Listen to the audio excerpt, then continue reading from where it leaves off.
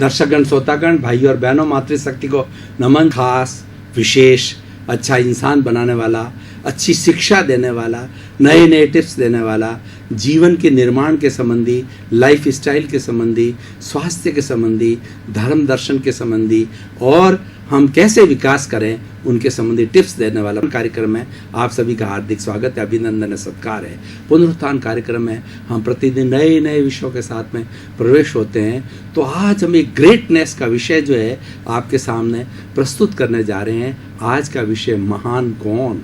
भाई और बहनों, दर्शकगण, श्रोतागण, हम आपके सामने जो प्रश्न रख रहे हैं कि महान कौन होता है, वह हम आपसे उत्तर जानना चाहेंगे और इस वक्तव्य के माध्यम से हम आपको बताना चाहेंगे कि महानता के क्या लक्षण हैं, कौन महान बनता है, किसे महान कहा जाए और महानता की क्या कैरेक्टरिस्टिक है, क्या प्रॉपर्टी है और क्या गुण है। भाई और बहनों, महान किसे कहते हैं? महान वह व्यक्ति होता है जो लोगों की भलाई करे, सबको आराम पहुंचाए, सबको सुविधा दे, जगत का कल्याण करे और इस प्रकृति के चराचर जगत के अंदर जो 84 लाख जीवा योनियां कही जाती है हमारी भारतीय संस्कृति के अंदर, उन सब की रक्षा करे। उनके प्रति उसके दिल के अंदर विनम्र भाव होने चाहिए। सबसे महान व्यक्ति वह होता है वो जो अपने भीतर ये भावना रखता हो कि जिस तरीके से मेरा ये चेतन तत्व है, उसी तरह सृष्टि के चारों ओर जो है चेतन तत्व जो है असंख्य असंख्य अनंत अनंत संख्या में है। तो उन सब चेतन तत्वों को जो है मैं एक अच्छी निगाह से देखता हूँ। इसलिए व्यक्ति को हमेशा चिंतन करना चाहिए कि मैं शुद्ध आत्मा हूँ और 84 लाख जीवा योनि के प्राणियों के भीतर विराजमान शुद्ध आत्मा भगवान का दिव्य दृष्टि से दर्शन कर उसको नमन करता हूँ। भाई और बहनों, दर्शकगण, श्रोतागण, महानता के लिए मैं एक नमस्कार की बात करता हूँ कि नमस्कार किसे कहा जाता है। नमस्कार भी वही बात है कि आपके भीतर विराजमान शुद्ध आत्मा भगवान के दर्शन करके मैं धन्य हो गया, उसको नमन करता हूँ, आपकी महानता को नमन करता हूँ। मनुष्य के भीतर महानता छिपी पड़ी है लेकिन वो आवृत है। उसको खोजने वाला व्यक्ति, उसको अनावृत करने वाला व्यक्ति ही महान होता है। महानता को हम बाहर से नहीं लाया जाता है। महानता बाजार में नहीं बिकती है, महानता खरीदी नहीं जा सकती, महानता बेची नहीं जा सकती। ग्रेटनेस जो है वो भीतर से आती है। ग्रेटनेस को खोजना होता है और उस ग्रेटनेस को खोजने के लिए हमें कुछ सूत्र ढूंढने पड़ेंगे। अब जैसे महानता की बात करें, अकबर महान कहा जाता है, अशोक महान कहा जाता है, सिकंदर महान कहा जाता है। सिकंदर महान ने तो उसने बहुत हिंसा की है, वो महान अलग दृष्टि से है डिक्टेटर होने के हिसाब से। लेकिन ये जो दोनों बातें हैं जो हमारे इतिहास के अंदर आती है, अकबर महान और दूसरा जो है वो अशोक महान।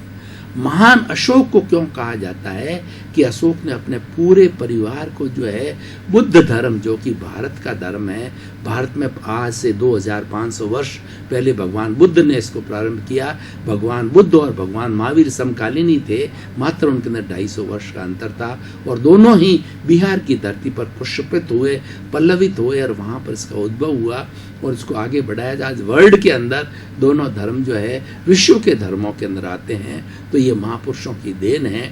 वो जो है हमारे अशोक महान ने अपने पूरे परिवार को जो है बुद्ध धर्म को पूरे विश्व के अंदर फैलाने के लिए कार्य किया और वास्तव के अंदर उसके पुरुषार्थ की वजह से वह जो है धर्म आगे फैला।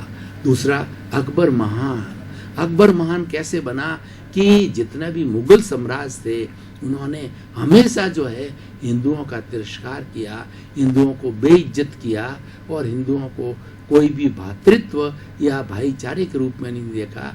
लेकिन अकबर महान ने जो है हिंदू और मुस्लिम आपस के अंदर भाई भाई समझा और अकबर की रानियां भी थी, वो हिंदू रानियां थी और उससे उनकी संतान भी हुई। यानी वो हर धर्म को जो है वो पूरी तवज्जो देता था। सर्वधर्म समभाव की और दीन इलाही धर्म जो उन्होंने चालू किया, जो उसने प्रारंभ किया और वो बहुत पॉपुलर हुआ, उसके कारण वो महान बना कि सभी धर्मों को जो है उसने आदर दिया। कहने का अर्थ यह है, हम अच्छी बातों का सत्कार करते हैं जब ही महान बनते हैं।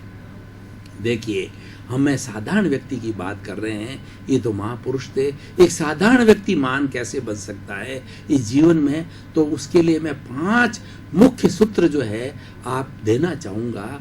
वो व्यक्ति अगर जीवन में पालन करे और जीवन के लक्ष्य के अंदर अपनी जो है दैनिक दिनचर्या है, लाइफ स्टाइल है, उसके अंदर जोड़े तो वो महान बन सकता है। सबसे पहले तो कैरेक्टरिस्टिक महान बनने की यही है कि जो लोगों को प्रिय हो वो कार्य करे और उससे किसी को कष्ट ना हो, किसी का हस्तक्षेप ना हो, वो महानता का सबसे बड़ा सूचक है और ये इसका मापदंड है। तो हम एक सूत्र को लेते हैं। पहला सूत्र है भाव क्रिया। महान बनने के लिए व्यक्ति को हमेशा प्रेजेंट के अंदर रहना चाहिए। The yesterday has gone away and tomorrow never exist, the moment of the present is with you to do something work. और जो वर्तमानता है वही वीतरागता है और वही सिद्धि है।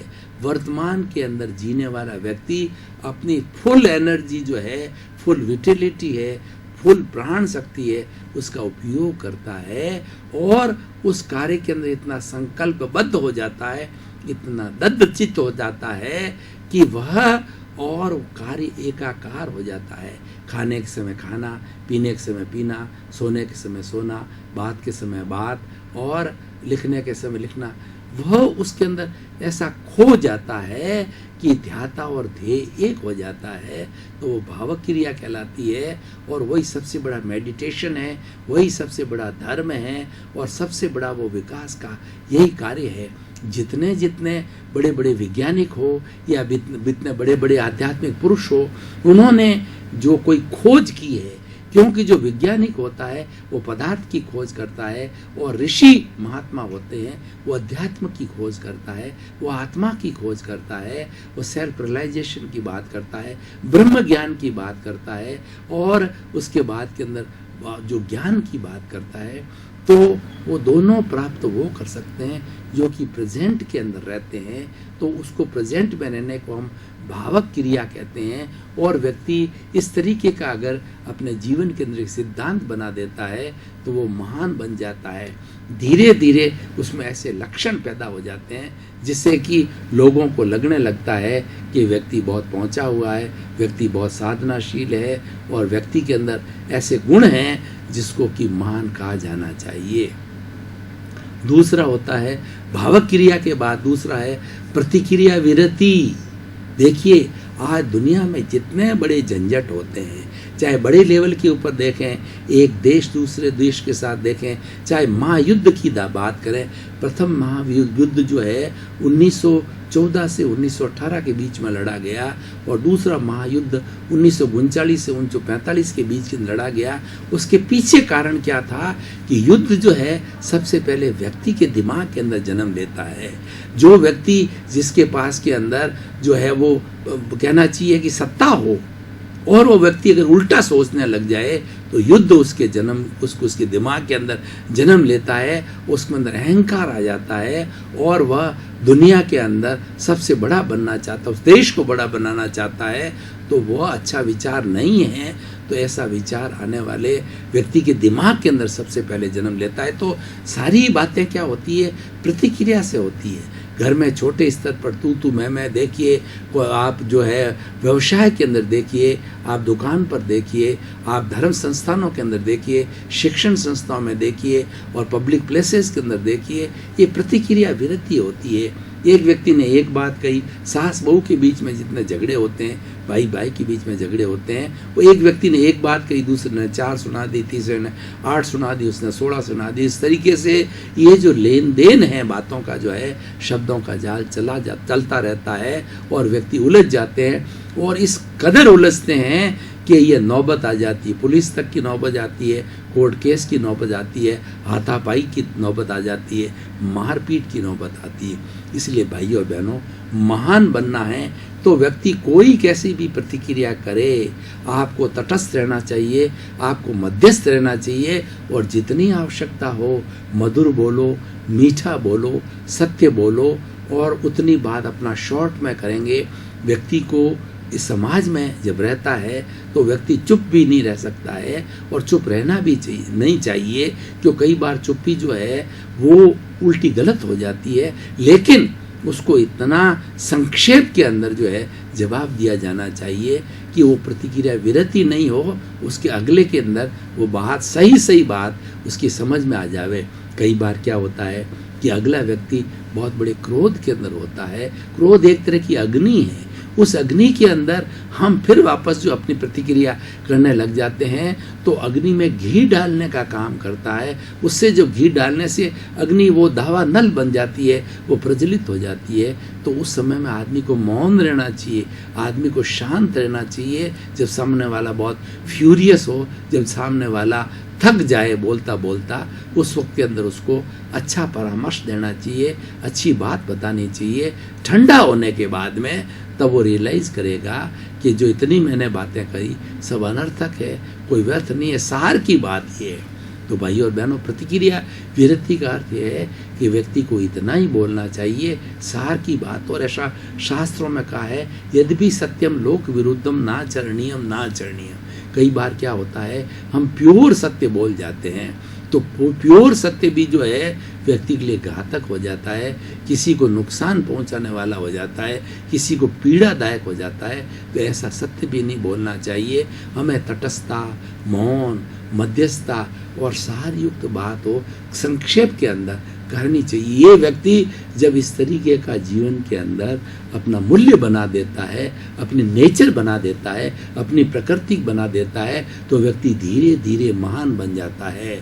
आज हमारे इस जो कहना चाहिए इस चराचर जगत के अंदर या सृष्टि के अंदर 7 अरब की जनसंख्याओं के अंदर कुछ देशों के अंदर महान व्यक्ति लिमिटेड होते हैं, क्योंकि महान व्यक्ति के अंदर सुनने का मादा होता है, टॉलरेंस पावर होती है। वो प्रतिक्रिया नहीं देते हैं, वो खट अपने जो कहना चाहिए अपना अभिप्राय नहीं देते हैं, अपनी ओपिनियन नहीं देते हैं, वो शांत रहते हैं। और ओपिनियन आवश्यक हो और एकदम सही हो उतनी दी जाती है, तो इसको कहते हैं प्रतिक्रिया विरति। तीसरा ये होता है कि भावक्रिया प्रतिक्रिया विरति मैत्री। देखिए कितना सुंदर शब्द है। अगर आप मुझे कहो कि भारतीय संस्कृति में से एक ऐसा सुंदर शब्द निकालो जिससे कि हम गदगद हो जाएं, प्रसन्न हो जाएं, आनंद हो जाएं, हम ही नहीं हमारे सामने वाला व्यक्ति जिसके साथ हम रह रहे हैं, जी रहे हैं, वो भी आनंद चाहिए, तो मित्र, मित्रता, मैत्री। मैत्री इतना एक सुंदर शब्द है, और शब्द नहीं है, एक ऐसी आइडियोलॉजी है कि वह हम सभी को आपस के अंदर जोड़ देता है। अपना सच में से जा मैथिंग भुए सुकप्पए, स्वयं सत्य खोजो और सबके साथ मैत्री करो। जितने भी तीर्थंकर हुए हैं, जितने भी महान लोग हुए हैं, उन लोगों ने ये कहा कि मैंने सत्य को खोजा, मैंने सच्चाई को खोजा। Truth is God, God is truth. जो गांधी जी ने बात कही, ये बात कहाँ से आई? ये बात भीतर से आई। उन्होंने कहा कि वास्तव में जो भगवान है वो सत्य है, और सत्य के कोई कौन नहीं होते हैं, जो कौन होते हैं झूठ के होते हैं। एक झूठ को जो दबाने के लिए 100 झूठ बोले जाते हैं, और सत्य एक ही होता है, एक बार ही बोला जाता है, और वह सत्य सत्य ही रहता है। इसलिए भाइयों और बहनों, दर्शकगण, श्रोतागण, जो मैत्री, प्राणी मात्र के साथ मैत्री करो। आत्मतुला के सिद्धांत के अंदर विश्वास करो कि जो चीज़ मुझे अच्छी नहीं लगती है वो व्यवहार में औरों के साथ में नहीं करूं, और सब प्राणी मात्र के साथ में मैत्री करना, क्षमा याचना करना। अगर व्यक्ति टू एयर इज ह्यूमन, व्यक्ति गलती का पुतला है, वो गलती कर लेता है, लेकिन गलती करने के बाद उसको प्रायश्चित होना चाहिए, उसको प्रतिक्रमण कहना चाहिए। हमारी भारतीय संस्कृति के अंदर 4 टर्म्स इतनी सुंदर आती है जिससे कि मैत्री पुष्ट हो जाती है। सबसे पहला होता है कि सामायिक। सामायिक का मतलब, अभी मैंने प्रतिक्रिया विरति बात कही, समभाव में रहना, उतार चढ़ाव नहीं आना, हमारे भीतर राग द्वेष नहीं आना चाहिए। कोई हमारी प्रशंसा करता है, वेल एंड गुड, कोई हमारी निंदा करता है, वेल एंड गुड, हमको सर्दी लग रही है, वेल एंड गुड, हमको गर्मी लग रही है, वेल एंड गुड, हमारा जो है वो तिरस्कार हो रहा है, वेल एंड गुड, हमारी प्रशंसा हो रही है, वेल एंड गुड। दोनों के अंदर सम रहना है, वो सामायिक कहलाती। कितना बड़ा उच्च सिद्धांत है। ये सिद्धांत भाइयों और बहनों, दर्शकगण, श्रोतागण, ये हमारी भारतीय संस्कृति से मिलते हैं, क्योंकि हमारी भारतीय संस्कृति आचार प्रधान है, अध्यात्म प्रधान है। और हमारे ऋषि मुनियों ने जो भीतरी जगत को जो है प्रमुख स्थान दिया, और उस भीतरी जगत में से ये सत्य आया। सत्य उद्घाटित भीतर से आता है। बाहर का जो सत्य होता है वह जड़ पदार्थ का सत्य है, जो आंखों से देखते वो जड़ से जुड़ा हुआ है, लेकिन चेतना से जुड़ा हुआ जो सत्य है वो भीतर के जगत में होता है। तो हम बात कर रहे थे मैत्री की। देखिए 4 शब्द जो मैंने बताया कि व्यक्ति को जो है वो अपने दोष खोजने का माइंडेड होता है। कबीर दास जी ने कहा कि बुरा जो देखन मैं चला, बुरा न मिलिया कोई, जो दिल खोजा आपना और मुझसे बुरा न कोई। कबीरा खड़ा बाजार में और सबकी मांगे खैर, ना कहू से दोस्ती और ना कहू से बैर। कितनी सुंदर बात है कि सभी मेरे मित्र है। क्षमा वीरस्य भूषणम, सबको क्षमा करो। किसी से प्रतिशोध की बात जो है वो नहीं, दिमाग के अंदर प्रतिशोध की बात नहीं आनी चाहिए। और क्षमा कौन कर सकता है? जो वीर होता है। दुनिया को व्यक्ति जीत सकता है, लेकिन अपने आप को जीतना के लिए क्षमा किया जाता है व्यक्ति को। तो सबके साथ हम मैत्री करते हैं। ये अपने आप में इतना बड़ा विषय है, इस विषय पर घंटों घंटों पर चर्चा की जा सकती है, लेकिन हम इतना ही कहेंगे कि चराचर जगत के सभी प्राणियों को मित्रवत समझो और उनके साथ में कोई ऐसा व्यवहार न किया जाए जिससे उसको कष्ट हो। अपने दोषों को देखने की हम बात कर रहे थे। जब व्यक्ति अपने फॉल्ट्स फाइंडिंग के अंदर लग जाता है तो वो सही दिशा के अंदर आ जाता है और वो एक बहुत बड़ा कार्य करने लग जाता है। ये एक एक्सप्लोरेशन है कि जिससे बहुत बहुत बड़े जो है हम कई जीवन लगा दें तब जाकर के शुद्धिकरण होता है। लेकिन नॉर्मली हम अपना जीवन क्यों खराब कर देते हैं? हम दूसरे के फॉल्ट्स निकालते हैं। हम दूसरे के फॉल्ट निकालने में इतना माहिर हैं कि तुरंत हम फॉल्ट बता देते हैं और अपने फॉल्ट को दबा देते हैं। तो इसीलिए सामायिक का एक अर्थ ये भी होता है अपने दोषों को देखना और उसके बाद के अंदर अपने दोषों को जाहिर करना, गुरु के सामने या अपने शुद्ध आत्मा के सामने जाहिर करना, वो आलोचना कहलाता है। और तीसरा प्रतिक्रमण। ऐसा सुंदर हमारी भारतीय संस्कृति के अंदर विधान है कि सॉरी, गलती हुई, सॉरी कर लिया आपने। प्रत्यक्ष रूप से अप्रत्यक्ष रूप से आप जो है वो प्रतिक्रमण करते रहिए। प्रतिक्रमण जो मैल धोने का एक बहुत बड़ा साधन है। हमारे भीतर बहुत बड़ा मैल भरा पड़ा है, कई कई जन्मों का मैल भरा हुआ है। उसको डिटर्जेंट रूपी साबुन से धोते रहिए, उसका नाम प्रतिक्रमण है। और उसके बाद प्रत्याख्यान। देखिए कि आपने शुद्धिकरण की प्रक्रिया चालू कर दी, आपने मैल तो धोना चालू कर दिया और फिर और मैल को आप इन्वाइट करते रहोगे तो ये तो अनलिमिटेड कार्य होगा। दर्शकगण, श्रोतागण, भाई और बहनों, आपका बहुत बड़ा बड़ा धन्यवाद। कार्यक्रम को बड़ी दिलचस्पी के साथ देख रहे हो। कार्यक्रम आज टॉक ऑफ द टाउन बन रहा है। कार्यक्रम का हमारा उद्देश्य है कि जय जगत, जगत कल्याण, सर्वे भवन्तु सुखिनः, सर्वे भवन्तु निरामया। आप सभी का इसी क्रम के अंदर जीवन मंगलमय हो, आनंदमय हो, सुखमय हो और आप समाज के अंदर ऐसा कार्य करें कि महान बने, आप जो अमर बन करके जाएं, लोग आपको हमेशा हमेशा के लिए याद रखें। ये तभी किया जाएगा जब आप परोपकार का कार्य करेंगे।